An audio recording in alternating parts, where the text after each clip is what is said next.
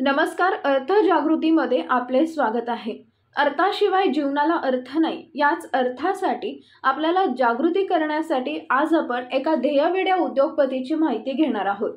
आपण कोणत्याही हायवेने गेलो तरीही एक बोर्ड कायम दिसतो, तो म्हणजे कामत हॉटेलचा, ज्यांची जगभरात 450 पेक्षा जास्त हॉटेल आहेत, ज्यांनी आपले साम्राज्य जगभर पोहोचवले आणि हे सर्व करणारा एकच माणूस आहे विठ्ठल कामत. आज आपण त्यांच्याबद्दल जाणून घेणार आहोत. विठ्ठल कामत हे आपल्यासारखेच एक सामान्य परिवारात जन्माला आले. मुंबईतील ग्रँड रोड स्टेशन जवळील कामत परिवारात छोट्या विठ्ठलाने जन्म घेतला. रॉबर्ट मणे हायस्कूलमधून शिक्षण सुरू केलं, नंतर अभियांत्रिकी पदवी मिळवली.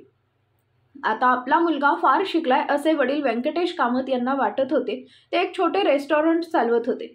आपल्या सुपुत्राने दुसऱ्या कोणाकडे नोकरी करण्याऐवजी आपलेच सत्कार हॉटेल्स चालवावे, आपल्या कामात मदत करावी असंही त्यांना वाटत होतं. त्यामुळे त्यांनी वडिलांबरोबरच काम करण्यास सुरुवात केली. काही काळ इथं काम केलं, पण विठ्ठल यांचे स्वप्न मोठं होतं. आपल्याला जर गरुड भरायची घ्यायची असेल तर आपल्याला उंबरा ओलांडावा लागेल.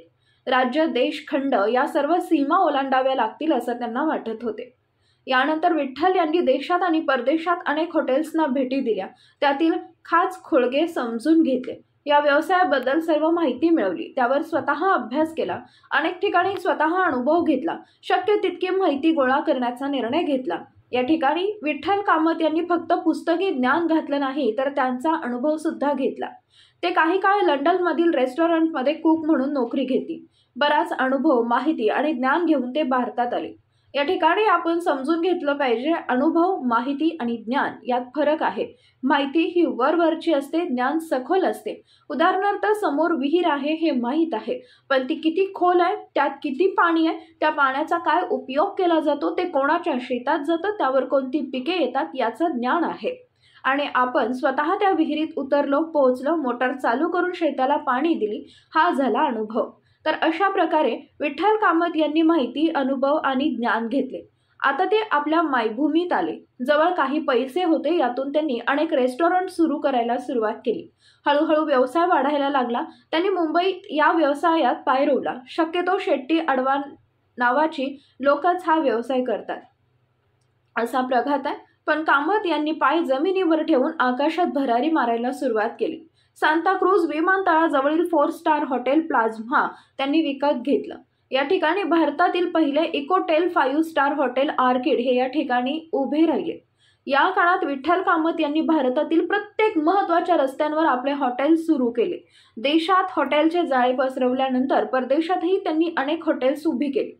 अशा प्रकारे एका मध्यमवर्गीय तरुणाने ही हनुमंत झेप घेतली. पण धंदा म्हटलं की चढणे उतरणे हे सर्व आलेच. एक असा प्रसंग सांगितला जातो. या व्यवसायात कामत यांना 300 कोटींचं कर्ज झालं. यावेळी सगळे लोक दूर पळाले. या सर्वांमुळे ते मनाने खचून जाऊ लागले. आता सगळं संपलं असं त्यांना वाटू लागलं. आता पुढे काय करणार हा प्रश्न होता. भविष्य अंधारमय वाटत होते. काय करावे सुचत नव्हते. याच मानसिकतेत असताना ते त्यांच्या मित्राच्या ऑफिसमध्ये 25व्या मजल्यावर त्याला भेटायला गेले होते. मित्र बाहेर जाताच तेथून 25व्या मजल्यावरून उडी मारून आयुष्य संपवण्याचा विचार त्यांच्या डोक्यात आला. खिडकीजवळ उभेच होते तेव्हा समोरचा एका इमारतीवर एक व्यक्ती 23व्या मजल्यावर जीवाची पर्वा न करता रंगकाम करताना दिसला. त्यांना वाटले, जर याला भीती वाटत नाही तर मी का घाबरतोय?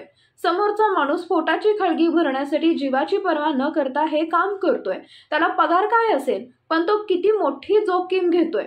मी मग माझ्या व्यवसायात रिस्क घेतलीच पाहिजे आणि काही फायदा झाला किंवा नुकसान झाले तरी काम केलं पाहिजे. तिथेच त्यांनी निर्धार केला आणि पुन्हा एकदा नव्याने सुरुवात केली. आणि आजही वाटचाल चालू आहे. संकटे ही संधी घेऊन येत आहेत, त्यामुळे माणसांनी त्यांना घाबरण्यापेक्षा त्यातील संधी शोधून त्या संधीला बरोबर घ्या आणि संकटाबरोबर लढा. हे शिकावं अशी प्रेरणा विठ्ठल कामत यांचे जीवन आपल्याला देते. कामत यांची ही थोडक्यात माहिती आपल्याला दिली. याबद्दल आपले मत जरूर कळवा. धन्यवाद.